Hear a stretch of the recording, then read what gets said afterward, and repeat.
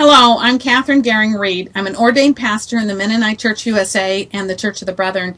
I've been in pastoral ministry for over 20 years, and now I'm the executive director of the Family Abuse Center in Waco, Texas.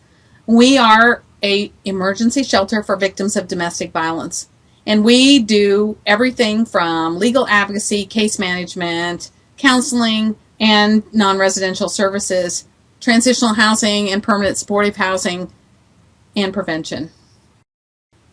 When I got the invitation and opportunity to be part of this 16 days of activism against gender violence campaign, I was especially intrigued by the theme of from peace in the home to peace in the world.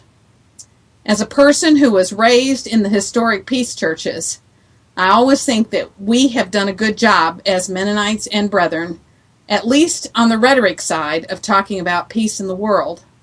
But all too often we're reluctant to talk about peace in the home.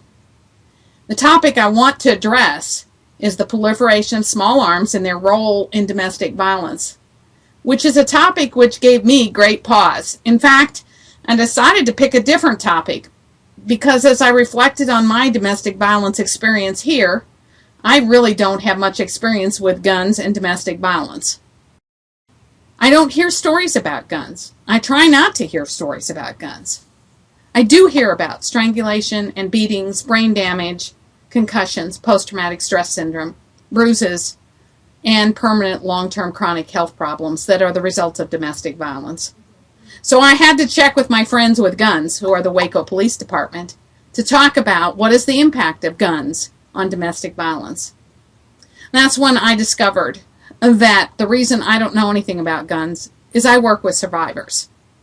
And most of the people who have guns in their domestic violence situations wind up being dead.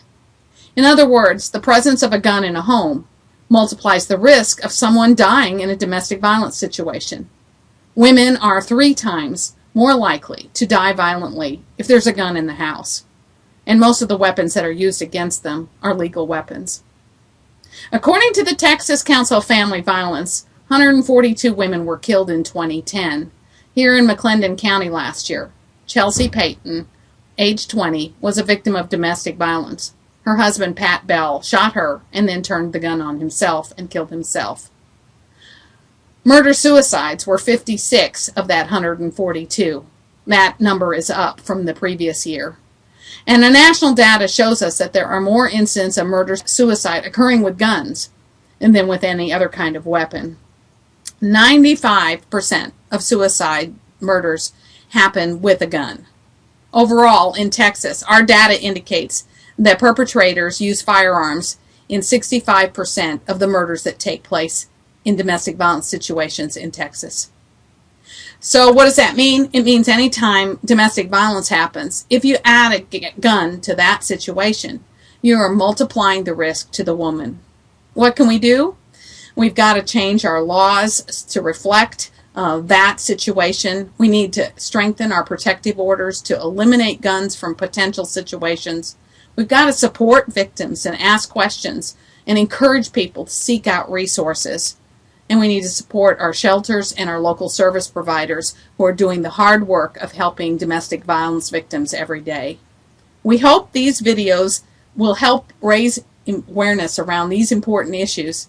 And please join us in ending gender-based violence.